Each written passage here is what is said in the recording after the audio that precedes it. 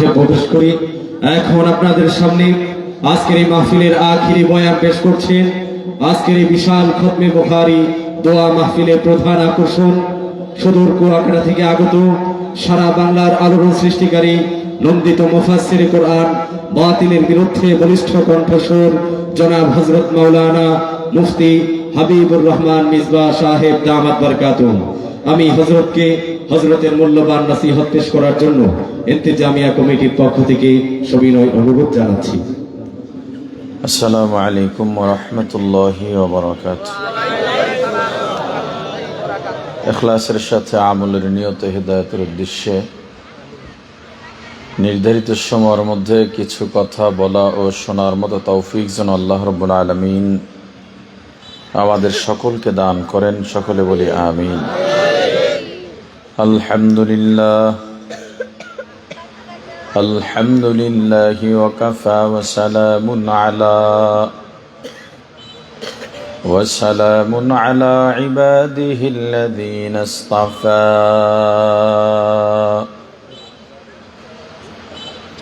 أما بعد فأعوذ بالله من الشيطان الرجيم.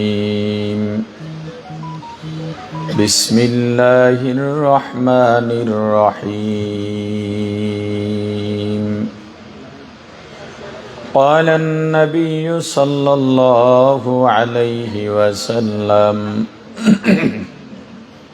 خيركم من تعلم القرآن وعلمه أو كما قال النبي عليه الصلاة والسلام. صدق رسوله النبي الكريم. درود شريف پڑھی. اللهم صل على محمد وعلى آل محمد كما صليت على إبراهيم وعلى آل إبراهيم إنك حميد مجيد. সবাই পড়ি. اللهم بارك على محمد وعلى آل محمد كما باركت على إبراهيم وعلى آل إبراهيم إنك حميد مجيد. يا حي يا قيوم برحمتك استغيث أصلح لي شأني كله ولا تكلني إلى نفسي طرفة عين. سبحان الله وبحمده سبحان الله العظيم. الحمد لله. হাবিবুর রহমান খান কওমি মাদ্রাসা ও এতিমখানা উদ্যোগে খতমে বুখারী ও দোয়া মাহফিলের সমাপনী অধিবেশনের মুহতারাম সভাপতি মুআজ্জাজ মুকাররম হযরত উলামায়ে কেরাম, দূর দূরান্ত থেকে আগত ইসলাম প্রিয়, দিন প্রিয়, মর্দে মুজাহিদ, আল্লাহ রাব্বুল আলামিনের আশিকিন, জাকিরিন, শাকিরিন মুসলমান ভাইয়েরা, কলিজার টুকরা সমবয়সী যুবক ও ছাত্র বন্ধুগণ, পর্দানিশী মা ও বোনেরা, আল্লাহ তাআলা দরবারে লাখো কোটি শুকুর ও সুজুদ, যেই মহান রব্বুল আলামিন আমাদেরকে হায়াত তৈয়বা দান করে দুনিয়ার জান্নাতের বাগান কোরআন ও সুন্নাহর আলোচনার এই মোবারক মজলিসে আশা ও বসার মতো তৌফিক দান করেছেন, আলোচনা শোনার মতো সুযোগ করে দিয়েছেন, এজন্য শুকরিয়া আদায় করি আলহামদুলিল্লাহ।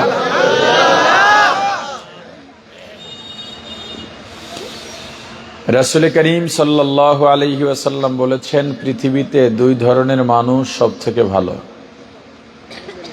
কয় ধরনের মানুষ ভালো?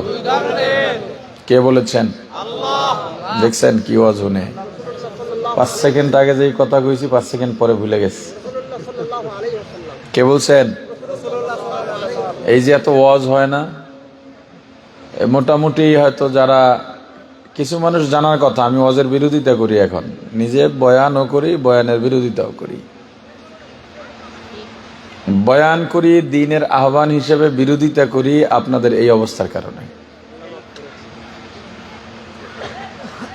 বাংলাদেশে মাহফিল এত পরিমাণে হচ্ছে,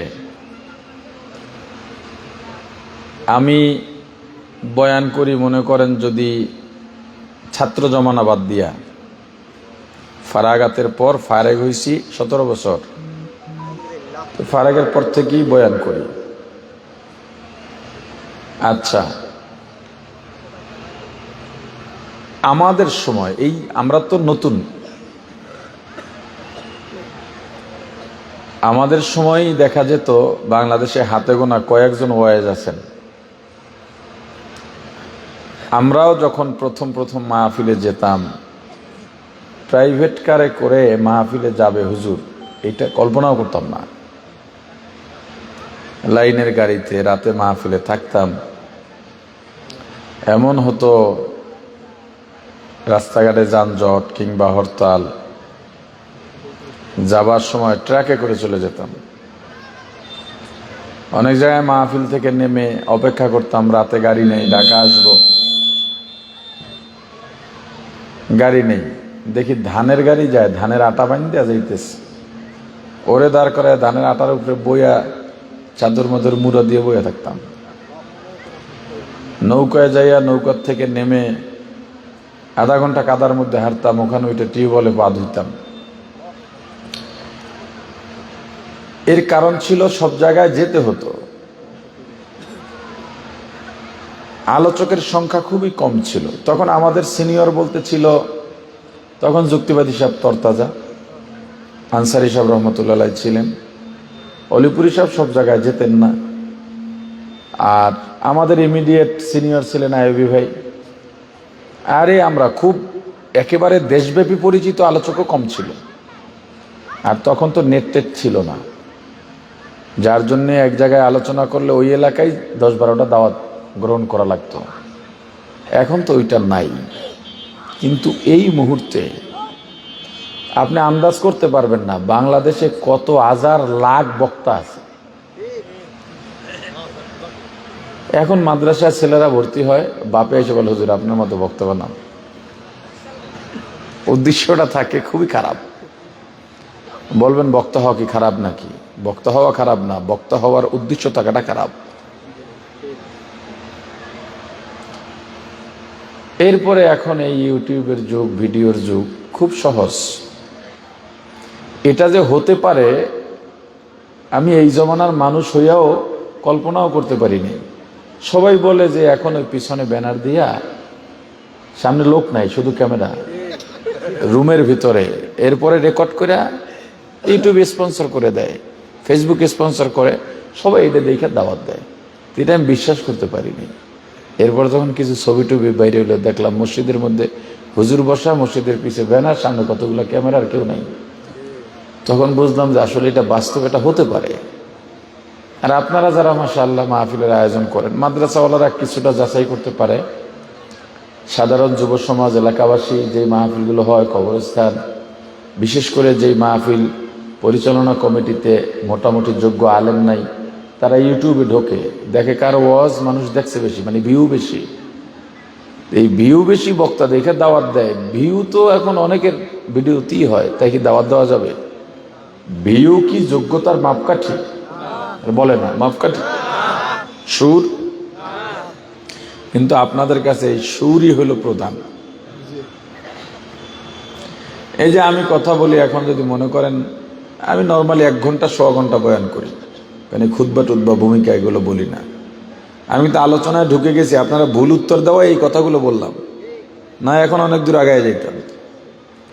তা আমি মনে করেন 1 ঘন্টা কথা বললাম আপনাদের মাঝে, কোনো সুর দিলাম না, তখন আপনারা যাবেন আর কি বলবেন জানেন?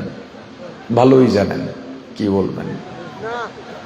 বলবেন যে হুজুরে একটু ওয়াজ করলো না, ভালো লাগে ভাই। বলবে ওয়াজ করে নাই, ভালো লাগা না লাগা তো পরের ব্যাপার। আবার অনেকে দূরে বসে রয়েছে, চিন্তা করবে যে হুজুরে টান মারে কোন সময়, তখন যাবো। হ্যাঁ, আবার যদি 5 মিনিট সুর দিই তখন বলবে এতক্ষণ অপেক্ষা করলাম, পোস্টারে লেখা দেখলাম বাদ জোহর, হুজুর আইলেন বাদ মাগরিব, অথচ হুজুর এতক্ষণ অপেক্ষা করলাম, হুজুর মাত্র 5টা মিনিট ওয়াজ করে গেল।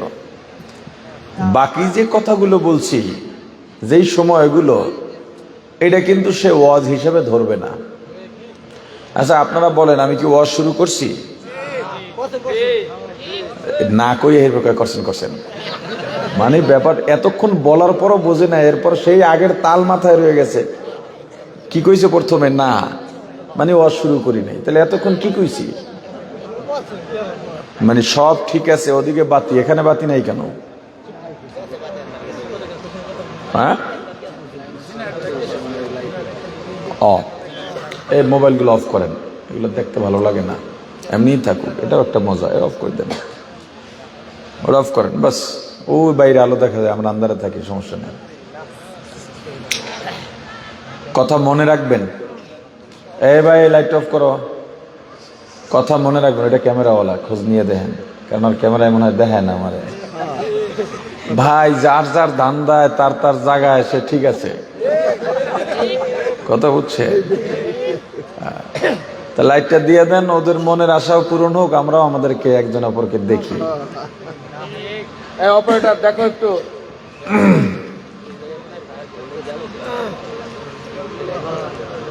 ওই অপারেটর কে না হেঁটে লাইট দে। আচ্ছা শোনেন, বয়ান শুনবেন। আমি আপনাদেরকে স্পষ্ট করে একটা কথা বলি,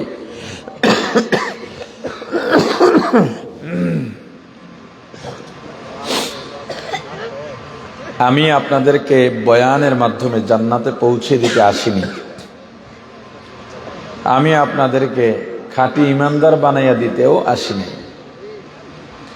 আপনার গুনাহগার কলবকে একেবারে পরিশুদ্ধ করে নির্ভেজাল মানুষ বানাইয়া দিতেও আসিনি। তাহলে কেন এলাম? একটা উদ্দেশ্য আছে না নাই? আমি আসছি আপনার ঘুমন্ত কলবের দরজায় নক করতে। যেই কলব ঘুমায়া রইছে ওইটারে টক্কাইয়া টক্কাইয়া জাগায় দিতে আসছি।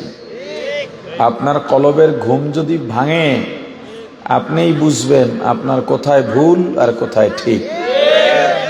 আপনার কলবের ঘুম না ভাঙাইয়া আমি যদি এখানে বসে চিল্লাইতে চিল্লাইতে গলা থেকে রক্ত বের করে দিই, তবুও আমার আলোচনায় আপনার কোনো ফায়দা হবে না।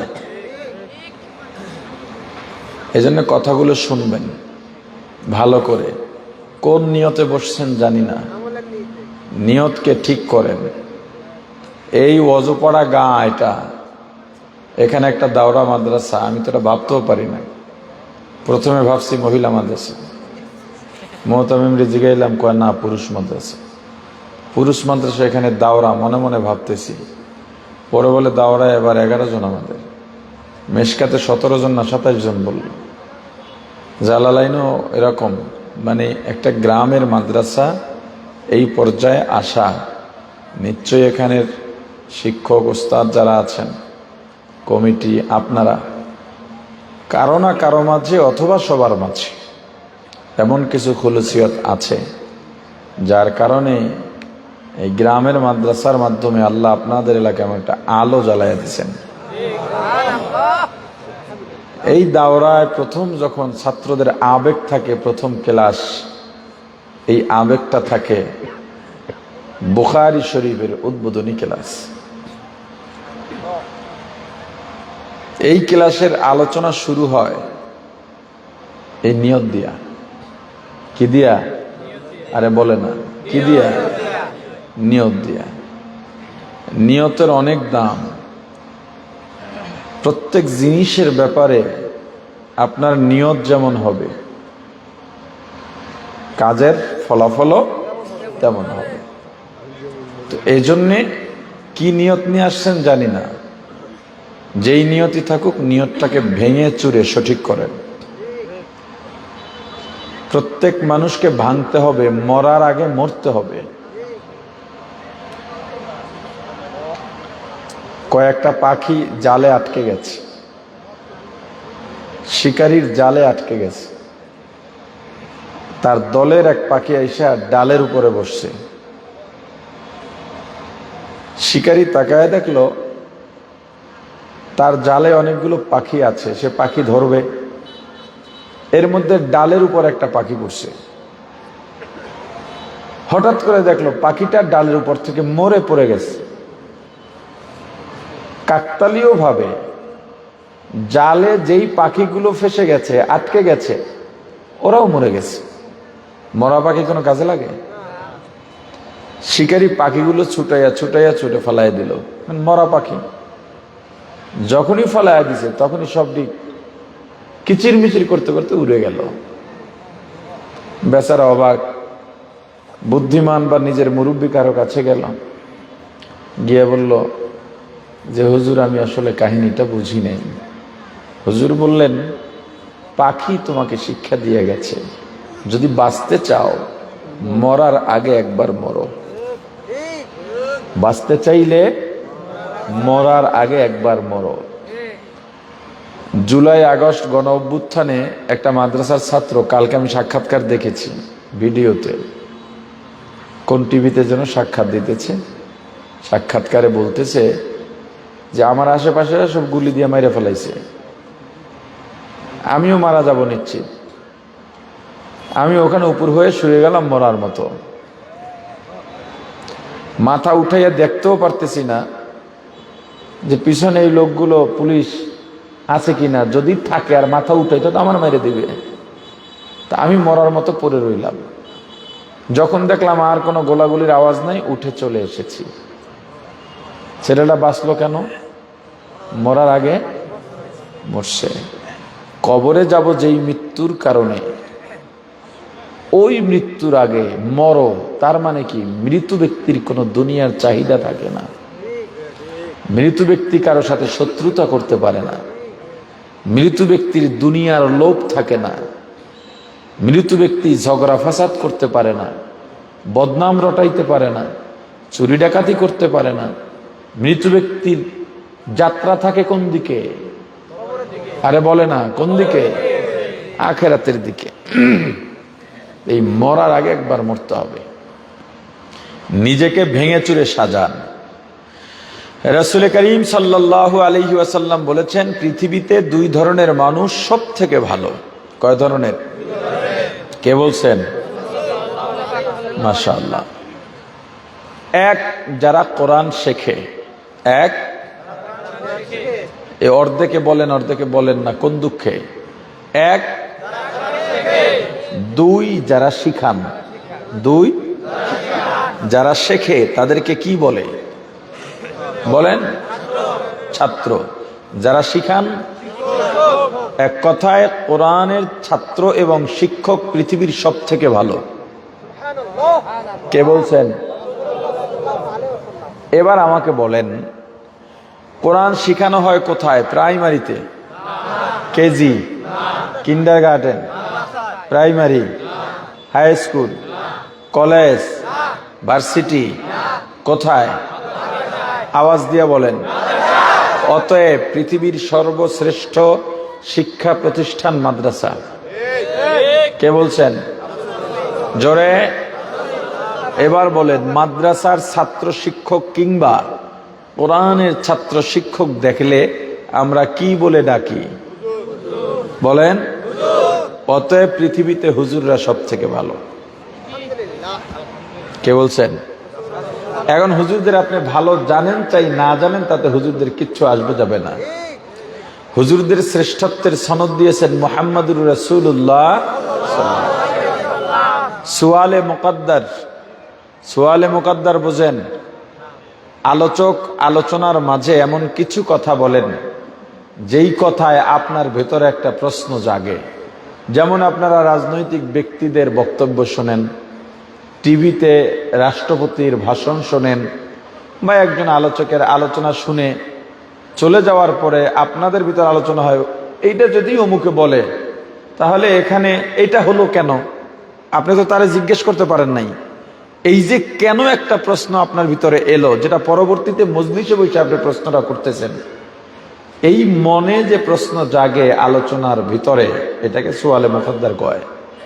এটা হুজুররা খুব ভালো জানে দেখা যে কোনো কিতাবের ক্লাসে এই ধরনের প্রশ্ন থাকে না। হুজুরের আলোচনার ভেতরে এই প্রশ্নের জবাব দিয়ে দেন। এখন আপনার ভেতরে সৃষ্ট এই প্রশ্নের নাম হলো সুয়ালে মুকদ্দার, যে আল্লাহর রাসূল বিজ্ঞানী দেখলেন না, ডাক্তার, ইঞ্জিনিয়ার, দার্শনিক, হুজুরদেরকে এত ভালো বললেন কেন? কোরআনের ছাত্র শিক্ষককে এত ভালো বললেন কেন? এই সমাজের প্রতি, দেশের প্রতি হুজুরদের কি অবদান আছে? হুজুরে তো মানুষের বাড়ি মাগনা খায় আর মসজিদে ঘুমায়। আপনাদের এই অঞ্চলে কি নাম এলাকার? মিয়াপাড়া। এই ভাঙ্গার মিয়াপাড়া এলাকায় হুজুররা মাগনা খায়, মানুষের বাড়ির মুরগির রান খায়। এই কথা কি এই মিয়া বাড়ি কেউ বলে? এইসব অঞ্চলে বলে যে হুজুররা ফাও খায়, মাগনা খায়, মানুষের বাড়ি খায়, বলে না? হুজুররা যদি মানুষের বাড়ি খায়, আপনার সমস্যা কি? বোঝে না? বোঝেন নাই? আমি যদি ওনার বাড়ি খাই, ওনার বাসায় খাই, আপনার সমস্যা কি? আপনি বলেন কেন? আচ্ছা, হুজুররা যে খায় মানুষের বাড়ি, জোর করে গিয়ে খাইছে? কিভাবে খায় দেখেন। ফজরের আজানের আগে আগে গিয়ে কেউ ইমাম সাহেবের কামরা একজনের নক করছে, হুজুর ওঠেন। হুজুর চিন্তা করতেছে ব্যাপার কি, আমার তো উঠাইয়া দেওয়া লাগে না, এত আগে কে নক করলো? দরজা খুলে দেখে এলাকার একজন খুব নামি দামি মানুষ। কিরে ভাই, আপনি এই সময় কাউকে নামাজ পড়বেন না? এটা কোনো কথা কইলেন? আমার জিজ্ঞান আপনি আমি নামাজ পড়বো কি না? আমি তুলছি 3টায়, তাহাজ্জুদ পড়ছি, তেলাওয়াত করছি, এখন জিকির-আজকার করতেছি, আজান হবে, জামাতে চলে যাব। তা আপনি কি উদ্দেশ্যে আইলেন? ঢোকেন ভিতরে, ঢোকেন, বসেন। বসতে বসতে বলতেছে, হুজুর কি পাপ যে জীবনে করলাম, পাপ তো নজরে দেখি না, কিন্তু বিপদ চায় না। আলহামদুলিল্লাহ আমার জীবনটায় কোনো পাপ নাই হুজুর, এরপরও বিপদ কাটে না, ব্যাপারটা কি? হুজুর বলে, গতকালকের ফজর পড়ছেন? কয় না, গত জুমান আপনার পিছে পড়ে গেলাম। পাপ দেখে না। এমন অপদার্থ আছে না নাই? সুন্নত নাই, নামাজ নাই, রোজা নাই, এরপরে কয় সৎ পথে চলে। কি পথে চলে? সৎ পথে চলে। যাক, বুঝলাম। তো এখন কি ব্যাপার বলেন? বলে, হুজুর সারা রাত ঘুমাইতে দেয় নাই বউ। কেন? মেয়েটা খুব অসুস্থ, ছেলেটা খুব অসুস্থ, ডাক্তার দেখাইলাম, অ্যালোপ্যাথিক, হোমিওপ্যাথিক, বিদেশে নিলাম, মাদ্রাজ নিলাম, কাজ হচ্ছে না। তা বউ কইল, শেষ চিকিৎসা হুজুরের একক। যখন সব ফেল হইয়া যায় তখন যায় হুজুরের কাছে। ইমাম সাহেব কয়, ডায়েরি খালি নাই। পূব পাড়া, দক্ষিণ পাড়া, পশ্চিম পাড়া, পূর্ব পাড়া, সব দিকে অমুক বাড়ি, আলাদার বাড়ি, খান বাড়ি, মির্দা বাড়ি, সৈয়দ বাড়ি, শরীফ বাড়ি, সব দিকে খালি দাওয়াত আর দাওয়াত। এই ডায়েরি দেখেন, কোনো খালি নেই। কয় কোনাইন দেখ, কোনা কাঞ্চি দিয়ে কোনোভাবে আমার একটু দিতে হবে, নাহলে ঘরে উঠতে পারতাম না। এই যে হুজুরে নিল, হুজুরে গেল না নিল? জোরে। আচ্ছা, হুজুররা যাদের বাড়ি খান, ওই বাড়িতে খাওয়ার পরে ওই বাড়িওয়ালারা বেজার হন না খুশি হন? জোরে বলেন। আরে কি তৃপ্তি, গল্প কইরা বেড়ায়, আজকে আমরা হুজুরে খাওয়াইছি, কথা কয় না? আপনি বিরোধিতা করেন কা? আচ্ছা বলেন তো, রাস্তার টেন্ডার বাজিতে হুজুরদেরকে কোনোদিন মারামারি করতে দেখছেন? লেজার লাইট আছে দেখছেন না, চিকন আলো, চোখে মারলে এই যে রাস্তায় দাঁড়াইয়া ট্রাক থামাইয়া থামাইয়া এরপর মুসাফা করে। একে হুজুরকে দেখছেন কোন সময়? কথা বলে না। তাই ফাও খাইলো কারা, কইলেন কাগো? হ্যাঁ, ফাও খাইলো কারা, বললেন কাগো? এইটা একটা আকলি দলিল, যুক্তিভিত্তিক একটা দলিল। আসলেই তো আল্লাহ রাসূল সাল্লাল্লাহু আলাইহি ওয়াসাল্লাম যারা কোরআন শেখে আর শিখান, তাদেরকে এত ভালো বললেন কেন? এর জবাবটা আসলেই দরকার আছে না নাই?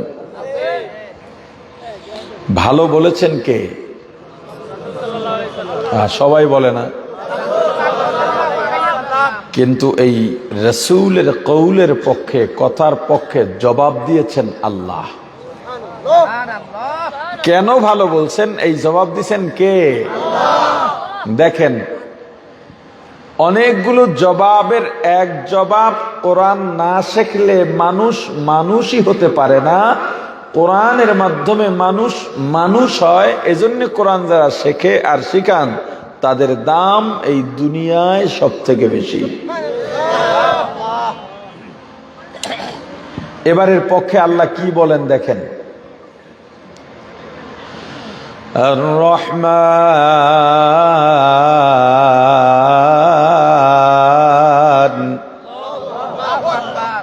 আল্লামাল কুরআন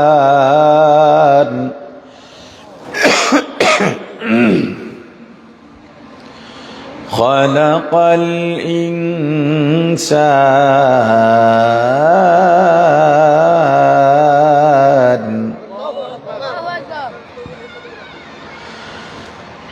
الرحمن علم القرآن خلق الإنسان علمه البيان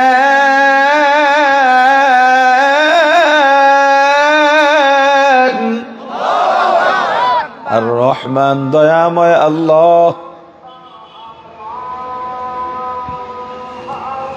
বাইরের মাইকগুলো অফ করে দেন, বাইরের মাইক সব অফ করে দেন। আর রহমান দয়াময় আল্লাহ, আল্লামাল কুরআন যিনি কোরআন শিক্ষা দিয়েছেন, খলাকাল ইনসান যিনি মানুষ সৃষ্টি করেছেন। ভালো করে বুঝবেন,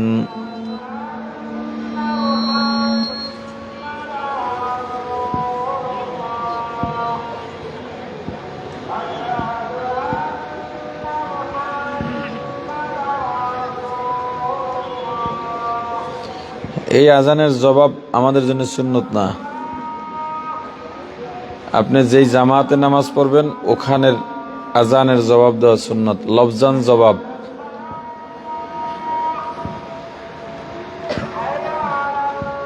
আজানের জবাব দেওয়া যে ওয়াজিব, ওইটা কোন জবাব জানেন? জানেন? ওইটার জবাব হলো আজানের পরে জামাতে যাওয়া, ওইটা ওয়াজিব। আর মুখে মুখে আল্লাহু আকবার বললে মুয়াজ্জিন আমরাও যে আল্লাহু আকবার বলি, এটা হলো সুন্নত জায়েদা।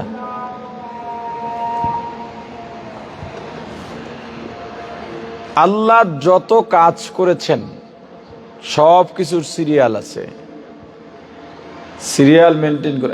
আবার বাইরে দেয় কেন মিয়া?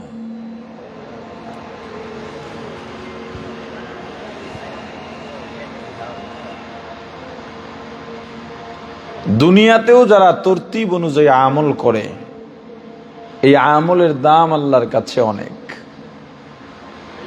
যেমন একজন ব্যক্তি ফরজ আদায় করে, ওয়াজিব আদায় করে, সুন্নতে মুআক্কাদ আদায় করে, নফল টফল তেমন পড়ে না, কিন্তু কখনো এই আমলগুলো বাদ দেয় না। যে আমল না করলে গুনাহ হবে এই আমলগুলো কখনো কি করে না, একবারে নিয়ম মাফিক করে। দ্বিতীয় আর একজন ব্যক্তি আছে, সব ফরজ ওয়াজিব সুন্নতে মুআক্কাদা তো পালন করেই, তাহাজ্জুদও পড়ে, ইশরাক পড়ে, চাশতের নামাজ পড়ে, তেলাওয়াত করে, জিকির করে, তসবিহ পড়ে, আমলের শেষ নাই, কিন্তু মাঝে মাঝেই জোহরের এক ওয়াক্ত নামাজ ছেড়ে দেয়। এই ব্যক্তির থেকে ওই ধারাবাহিক আমলদার ব্যক্তির দাম আল্লাহর কাছে অনেক বেশি। তো আল্লাহ নিজেও যত কাজ করেছেন সবগুলো ধারাবাহিকতা আছে। আল্লাহর ধারাবাহিকতার সিরিয়াল কত সুন্দর। একজন মানুষের দিকে তাকান, যেখানে মাথা দরকার সেখানে মাথা দিয়েছেন, যেখানে কপালের তরতিব দরকার ওখানে কপাল দিয়েছেন, যেখানে চোখ নাক অঙ্গ প্রত্যঙ্গ সবকিছু ওইভাবে আল্লাহ দিয়েছেন। চোখ দুটো যদি পিছনে হইতো কেমন হইতো? এই তরতিব ভালো হতো? তাহলে পবিত্র কোরআনুল কারীম ভালো করে খেয়াল করেন। এর আগে বলেন, আমরা আগে জন্মগ্রহণ করি না মাদ্রাসায় ভর্তি হই? তাহলে আগে কি? জন্ম। আগে কি? পরে মাদ্রাসা বা শিক্ষা। আগে জন্ম পরে। কিন্তু আল্লাহ কি বললেন? আনার রহমান, আমি দয়াময় আল্লাহ। আল্লামতুল কুরআন, আমি কোরআন শিক্ষা দিয়েছি। এরপরে বলছেন খলাকতুল ইনসান, আমি মানুষ সৃষ্টি করেছি। আমরা দেখি আগে আমাদের জন্ম হয়, পরে আমরা শিক্ষা অর্জন করি। কিন্তু আল্লাহ সূরাতুর রহমান এমন এক দামি সূরা, কিয়ামতের ময়দানে আল্লাহ রাব্বুল আলামিন জান্নাতীদের অন্তরকে শান্ত করার জন্যে সূরাতুর রহমান নিজ কুদরতি জবানে তেলাওয়াত করে শোনাবে। এমন এক সূরার মধ্যে আল্লাহ তরতিব পরিপন্থী কথা বলে ফেললেন। আল্লাহ আগে বললেন আমি কোরআন শিক্ষা দিয়েছি, তারপরে বললেন মানুষ সৃষ্টি করেছি। এখানে উল্টা হলো না দিক হলো? কথা কয় না, একটু উল্টা তো হইতেই পারে, এত বড় কোরআন একটু ভুল টুল হইতে পারে না? এই চিন্তা করলেও ঈমান শেষ। মুফাসসিরিন ইকরাম বলেন না, আল্লাহ যেটা বলছেন এটাই ঠিক আছে। এটা যদি বুঝতে চাও জানতে হবে দুনিয়ায় মানুষ হলো দুই প্রকার। কয় প্রকার? এক প্রকারের মানুষ জন্ম বা বংশসূত্রের মানুষ। জন্মসূত্রে মানুষ হওয়ার জন্য আলাদা কোনো যোগ্যতা লাগে না, সনদ লাগে না। জন্মসূত্রে মানুষ হওয়ার জন্য লেখাপড়া লাগে না। জন্মসূত্রে মা বাবার ঔরস থেকে জন্ম নিলেই মানুষ হওয়া যায়। তবে এই মানুষের দাম আল্লাহর দরবারে নাই। জন্মসূত্রের মানুষকে আল্লাহ 2 নাম্বার মানুষে পরিণত করেন, কোরআনের গুণে গুণান্বিত করে।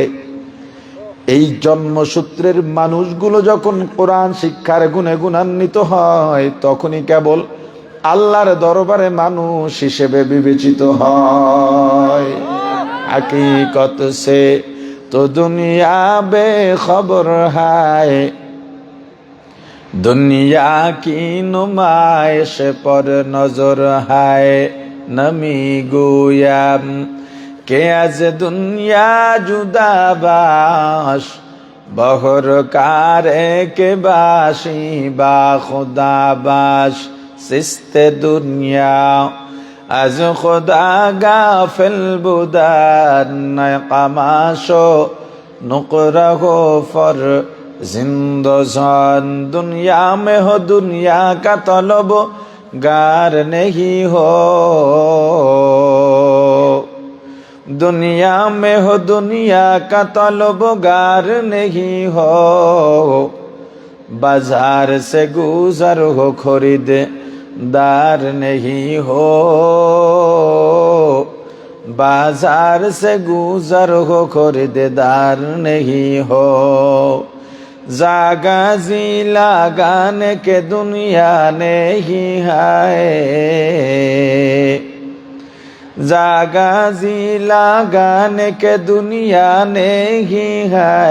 ये इबरत की जाहे तमाशा नहीं है, ये इबरत की जाहे तमाशा नहीं है। ও ভাই, কোরআন শেখার মাধ্যমে প্রকৃত মানুষ হওয়া যায়। কোরআন না শিখলে মানুষ মানুষ হতে পারে না। ও ডাক্তার, তুমি ডাক্তারি বিদ্যা অর্জন করেছো, তোমার বিদ্যায় যদি কোরআনের শিক্ষা না থাকে রে ডাক্তার, তুমি ডাক্তার হতে পেরেছো কিন্তু এখন পর্যন্ত আল্লাহর দরবারে মানুষ হতে পারো নাই। হে ইঞ্জিনিয়ার, তুমি এত বড় সম্মানী হয়ে গেছো, এলাকায় গেলে বড় চেয়ারটা তোমাকে এগিয়ে দেওয়া হয়, মসজিদের সভাপতি তোমাকে বানানো হয়, স্কুল মাদ্রাসার সভাপতি বানানো হয়, এলাকার অনুষ্ঠান আয়োজনের প্রধান অতিথি তোমাকে বানানো হয়, সংবর্ধনা দেওয়া হয়, ফুলের মালায় বরণ করা হয়। কিন্তু তোমার বিদ্যায় যদি কোরআনের শিক্ষা না থাকে রে ভাই, এলাকার মানুষের কাছে সম্মানী হতে পারো, আল্লাহর আদালতে এখনো পর্যন্ত মানুষ হতে পারো নাই। মানুষ হওয়ার জন্য কোরআন লাগবেই লাগবে, কোরআনের শিক্ষা ব্যতীত কেউ মানুষ হতে পারে না। ও ভাই, এজন্য তোমার সন্তানকে কোরআন শিখানো লাগবেই লাগবে। ক্বালান নবী সাল্লাল্লাহু আলাইহি ওয়াসাল্লাম, তালাবুল ইলমি ফারিদাতুন আলা কুল্লি মুসলিম আও কামা ক্বালান নবিয়্যু আলাইহিস সালাতু ওয়াস সালাম। আমার রাসূল বলেন, প্রত্যেক মুসলমান নারী পুরুষের জন্য ইলম শেখা ফরজ, ইলমে দ্বীন শেখা ফরজ।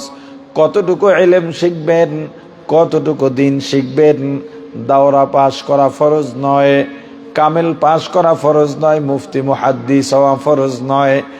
যতটুকু ইলম না জানলে হালাল হারাম জানা যায় না, যতটুকু ইলম না জানলে জায়েজ না জায়েজ জানা যায় না, পাক না পাক জানা যায় না, এতটুকু ইলম শেখা প্রত্যেক নারী পুরুষের জন্য ফরজ। আর এটা মাদ্রাসার প্রাথমিক শিক্ষায় আদায় হয়ে যায়, আলহামদুলিল্লাহ। প্রাণের ভাই আমার, রিক্সাওয়ালা রিক্সা চালান, পথিমধ্যে এলাকার মহাজন দাঁড়িয়ে আছেন, ইশারা করলেন রিক্সা দাঁড়াও। লাফ মেরে রিক্সায় উঠে গেলেন, যাও আমার বাসায় পৌঁছে দাও। বাড়ির সামনে নেমে টাকা বের করে ভাড়া দেয় আর বলে, এ মোল্লা ভাড়া কত? মোল্লা, মুন্সি, মৌলভী তিনটা শব্দই সম্মানের শব্দ, কিন্তু আমাদের দেশে এই তিনটা শব্দ সম্মান করে বলা হয় নাকি তিরস্কার করে? এই জন্য আমি বলি, হুজুর করে মোল্লা মুন্সি মৌলভী ডাকা যাব না। হুজুর ডাকো, নাইলে ভাই ডাকো, পছন্দ নাইলে আব্বা ডাকো, তবু মোল্লা মুন্সি মৌলভী ডাকা যাবে না। বলে, মহাজন আপনি যা দেন। এ মোল্লা, ছেলে মেয়ে কয়জন? রিক্সাওয়ালা বিনয়ের সঙ্গে ডেকে বলেন, মহাজন আমার দুইটা ছেলে, দোয়া করবেন। এই হাবিবুর রহমান খান মাদ্রাসায় একজন শোনাইতেছে আর একজন আর 20 পারা হয়ে গেছে। মহাজন মাথায় হাত দিয়া 3 হাত জিব্বা বের করিয়া দিয়া বলে, কি করলা কামটা? নিজের জীবন তো ধ্বংস হয়ে গেল, রিক্সা চালাও, ছেলে দুইটাও নষ্ট করে দিলা। রিক্সাওয়ালা কষ্ট পায়া মনে মনে বলে, চাইলাম দোয়া, বললোটা কি? কিছুক্ষণ চুপ থেকে মাথা উঠায় বলে, ও মহাজন আপনার ছেলে মেয়ে কয়জন? বলে, আমার 5 ছেলে। কি করে? একজন ডাক্তার, একজন ইঞ্জিনিয়ার, একজন বিজনেসম্যান, একজন বিজ্ঞানী, আর একজন বলে আর একজন রাজনীতি করে, পলিটিশিয়ান। কয় বুঝলাম, এটা করলে কি হয়? দোয়া কর। এটি তো তোরা বুঝবি না, যেহেতু রাইতের ভোটের সিজন, যদি কোনো মতে চেয়ারম্যান বানাইতে পারি লালে লাল। কয় লাল আবার কেমনে হয়? কয় খালি শুনা যা, একবার চেয়ারম্যান বানাইতে পারলে পরবর্তীবারে এমপির জন্য নমিনেশন কিনবো, যত টাকা লাগে এই টাকা পাইবেন কই? কয় চেয়ারম্যান হইলেই টাকা জোগাড় হয়ে যাবে। যদি একবার এমপি বানাইতে পারি, মন্ত্রীর জন্য ট্রাই করব। রিক্সাওয়ালা বলে, এত বানাইয়া বানাইয়া কি লাভ? বলে, উপরে যত যাওয়া যায়, চুরি তত ভালো করা যায়। রিক্সাওয়ালা ডেকে বলে, মহাজন আপনার 5টা ছেলে, তাহলে সবাই তো এস্টাবলিশ? বলে, হ্যাঁ। তোদের মতো বোকা হইলে তো আমিও রিক্সা চালাইতাম। রিক্সাওয়ালা বলে, মহাজন আমি এত কিছু জানতে চাই না, আপনার কাছে একটা কথা জানতে চাই। আপনার 5টা ছেলে লেখাপড়া করা, 5টা ছেলে শিক্ষিত, 5টা ছেলে প্রতিষ্ঠিত, এস্টাবলিশ হয়ে গেছে। আমি জানতে চাই আপনি মারা যাওয়ার পর আপনার 5 ছেলের কোন ছেলে আপনার জানাজা পড়াবে? এবার মহাজনের মাথা নিচু হয়ে গেছে। রিক্সাওয়ালা ধমক দিয়া বলে, এ ফকির, তোর ভাড়া লাগবে না, যা। আমার রাসূল বলেছেন, যার মধ্যে দ্বীন নাই, যার মধ্যে কোরআন নাই, যার মধ্যে আল্লাহর ভয় নাই, তাকওয়া নাই, ও দুনিয়ায় ও গরিব, পরকালে মহাগরিব। সন্তান জন্ম দেওয়া তো বাহাদুরি নয়, পশু পাখিও তো সন্তান জন্ম দিতে পারে, মানুষ বানাইতে পারে কয়জন? নিজের সন্তান আছে, সন্তানকে মানুষ বানাও, আর কত দেখলে শিক্ষা অর্জন করবা? এই তো 2-3 বছর আগের ঘটনা, সারা বাংলাদেশে আলোচিত ঘটনা। নরসিংদীর ব্যাংকার, ঢাকায় 6 তলা বাড়ি, নরসিংদীতেও 6 তলা বাড়ি, ব্যাংকে সমান 1 কোটি টাকা তার ডিপোজিট করা আছে। মারা গেছে 2টা ছেলে। একদিন নিচতলায় বাবার লাশ পড়ে আছে, দাফন কাফনের কোনো খবর নাই। প্রাণের ভাই আমার,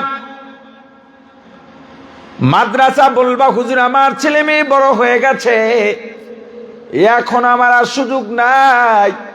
মাদ্রাসায় বেশি বেশি সম্পর্ক বাড়াও, ওস্তাদদের সঙ্গে সম্পর্ক বাড়াও, ছাত্রদেরকে নিজের সন্তানের মতো দেখো, আদর করো, ভালোবাসো। কারণ এই মাদ্রাসার ছাত্রদেরকে তুমি যতই কষ্ট দাও না কেন, ওরা কিন্তু গভীর রাতে তোমার জন্য দোয়াই করে। এলাকার ভাইরা যারা মাদ্রাসাকে বোঝা মনে করো, মাদ্রাসা নিয়ে মাঝে মাঝে বিরক্তি ভাব প্রকাশ করো, তোমার তো জানা নাই এই মাদ্রাসার উসিলায় এলাকায় হাজার হাজার রহমতের ফেরেশতারা নিয়মিত আপ ডাউন করে, আসা যাওয়া করে। তুমি জানো না মাদ্রাসার মধ্যে কি হয়? যদি জানতা, এসে বলতা, হে মাদ্রাসার ছাত্ররা, তোমাদের পাও ধোয়া পানি দাও, আমি একটু বরকত নিই। এমনকি পাও ধোয়া পানি খাওয়া যাইব? এটা বললাম কেন? গুরুত্ব বুঝাবার জন্য। তুমি যদি জানতে চাও মাদ্রাসার মধ্যে কি হয়, মাঝে মাঝে কোনো এলান ছাড়া গভীর রাত মাদ্রাসা কম্পাউন্ডে ঢুকে যাও, ফজরের আজানের আধা ঘন্টা 1 ঘন্টা আগে তাকায় দেখবা 6, 7, 8, 9 বছরের সন্তান, যেই সন্তানকে মা খাওয়াইয়া দেওয়ার কথা, মা বিছানা বিছায়া দেওয়ার কথা, যেই সন্তানকে মা গোসল করায়া দেওয়ার কথা, কাপড়টা ধুয়া দেওয়ার কথা, বিছানা বিছায়া দেওয়ার কথা, ওই সন্তানটা মাদ্রাসায় এসে নিজের খাবারটা নিজে খায়, নিজের কাপড়টা নিজে ধোয়, নিজের বিছানা নিজে বিছায়। আবার রাত যখন গভীর হয়ে যায়, সারা দুনিয়া নীরব নিস্তব্ধ, কোনো আওয়াজ নাই, কোনো আলোচনাও নাই, বাতিগুলা বন্ধ, ছোট্ট বালক ঘুম থেকে জেগে গেল, নিজের বিছানাটা নিজে গুছায়া, মশারিটা খুলে গুছায়া অজুখানায় চলে গেল, সুন্দরভাবে অজু বানাইয়া মসজিদের এক কোনায় যায় নামাজ বিছাইছে, অথবা নিজের রুমের মধ্যে একটা যায় নামাজ বিছায়া ছোট্ট বালক নামাজে দাঁড়ায় গেছেন। আল্লাহ ফেরেশতাদেরকে আনন্দে ডাকেন আর বলেন, এ ফেরেশতারা আয় আয়, তোরা বলছিলি আমি যাতে আদম না বানাই, তাকায় দেখ যার উপরে আমল নামা এখনো জারি হয় নাই, ওই বান্দা আমার গুণগানের জন্যে সবাই যখন ঘুমায় ও যায় নামাজে দাঁড়ায় গেছে।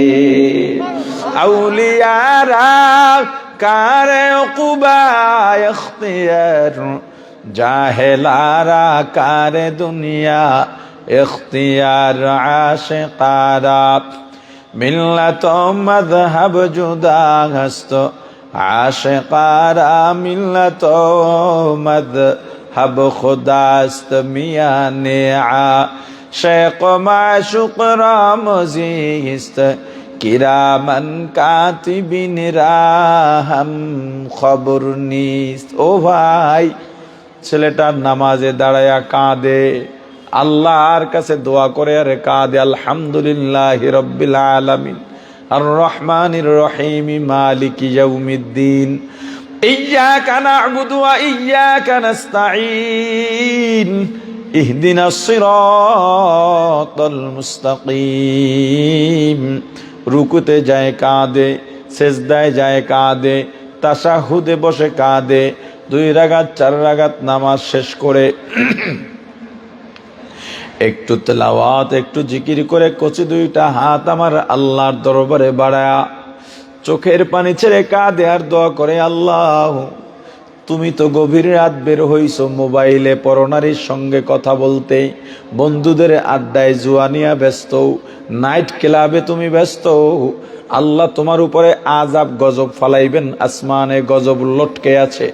এমন সময় এই মাদ্রাসার ছাত্র দোয়া করতেছি, আল্লাহ আমি গরিব, ও আল্লাহ আমার মা বাবা আমাকে টাকা দিতে পারেন না, পয়সা দিতে পারেন না, এই মাদ্রাসায় লেখাপড়া করি। ও আল্লাহ আমি বন্ধে বাড়িতে গিয়ে দেখি বাসায় ভাত নাই। আমার মা বাবা নিজেরা আলোচনা করেন, আমরা যত কষ্ট হোক সন্তানকে আলেম বানাবো, মারা যাওয়ার পরে যেন আমাদের জন্য দোয়া করতে পারে। আল্লাহ মাঝে মাঝে গভীর রাতে ঘুম ভেঙে যাইতো কান্নার আওয়াজ পেয়ে। আমি দরজার ফাঁকা দিয়া তাকায় দেখতাম আমার মা আমার বাবা তাহাজ্জুদ নামাজ আদায় করে আল্লাহ তোমার দরবারে আমার জন্য কাঁদে। ও আল্লাহ আমি যেদিন মাদ্রাসায় আসবো আগের রাত আমি ঘুমাই, হঠাৎ করে আমার কপালে এক ফোঁটা হালকা গরম পানি পড়ায়, আমার ঘুম ভেঙে যায়। আমি তাকায় দেখি আমার মা আমার পাশে বসে আছেন আর চোখের পানি ছেড়ে কাঁদেন। আমি উঠে বসলাম, ও মা এত রাতে তুমি আমার বিছানায় কেন, আমার মাথার পাশে বসে কেন কাঁদো? আমার মা ডাক দিয়া বলে, সন্তান আমরা ভয়ে আছি। এ বাবা আমরা তোকে টাকা দিতে পারি না, পয়সা দিতে পারি না। বাবারে তোকে বিদায় দিয়ে আমি মা সারাদিন কতদিন কষ্টে দিন কাটাই, তোর বাবা তোর জন্য কাঁদতে কাঁদতে রাত্রটা নির্ঘুম কাটায় দেয়। এ বাবা কালকে মাদ্রাসায় চলে যাবি, মনটা ভালো লাগে না। ফজরের পরে আমার মা আমার ব্যাগ গুছায় দেন আর মাথার আঁচলটা লম্বা পর্দা দেওয়া। আমি একটু মাথা নিচু করে তাকায় দেখলাম আমার মায়ের চোখে পানি ছল ছল করতেছে। আমি বিদায় নিলাম ব্যাগটা বাবার হাতে দিয়া। আমার বাবা সামনে হাঁটে, আমি পিছনে যাই মায়ের দোয়া নিয়া। মা আমাকে জড়াইয়া কাঁদেন আর বলেন, বাবা বাইরের ছেলেদের সঙ্গে মিশবি না, দুষ্টুমি করবি না। আমার হাতে 10টা টাকা দিয়া বলে, বাবা বাড়ির চাউলের খুদ বাঁচাইয়া বাঁচাইয়া মুরগির ডিম বিক্রি করে তোর জন্য 10টা টাকা রাখছি রে বাবা, এটা নিয়ে তোর যখন যা মন চায় খাবি। আমি ডাক দিয়া বললাম, মা আমাকে আরো কিছু টাকা দাও। আমার ছাত্র ভাইয়েরা বড় লোকের সন্তান, ওরা আইসক্রিম কিনে খায়, তরকারি কিনে খায়, আমার দেখে খাইতে মনে চায়। আমার মা মাথায় হাত বুলায় বলে, রে বাবা ওরা যখন আইসক্রিম খাবে তুই 1 টাকার বাদাম কিনে খাবি, ওদের দিকে তাকাবি না, একদিন তোর অভাব হবে না। তোর বাবা অনেক কষ্ট করে রে সন্তান, ঘরে আর কোনো টাকা নাই। বাবারে তোর কিতাব কিনতে দিয়া, তোর ভর্তি ফি দিতে গিয়া আমরা একদিন না খাইয়া থাকছি। তোর বাবা সকালে বের হয়ে যায়, গভীর রাতে বাসায় ফেরে, সারাদিন তোকে নিয়ে চিন্তা। এ বাবা দোয়া কর, আমি আমার বাবার পিছনে পিছনে রওনা হই। কত দূর যাওয়ার পর বাড়ির মায়া, মায়ের মায়া, পেছনের দিকে তাকাইলাম, বাড়ির দিকে তাকায় দেখি বাড়ির দরজায় আমার মা গাছের আড়ালে দাঁড়াইয়া আমার পথের দিকে তাকাইয়া তাকাইয়া কাঁদেন। ও আল্লাহ আমাকে আমার বাবা বাসের সিটে বসাইয়া সুপারভাইজারকে ডেকে বললেন, হে সুপারভাইজার আমার ছেলেটা হাবিবুর রহমান খানের মাদ্রাসা চেনে না, এ বাবা তুমি একটু আমার সন্তানকে ওখানে নামায়া দিও। আমার বাবা চলে গেছে, মনে করছি আমার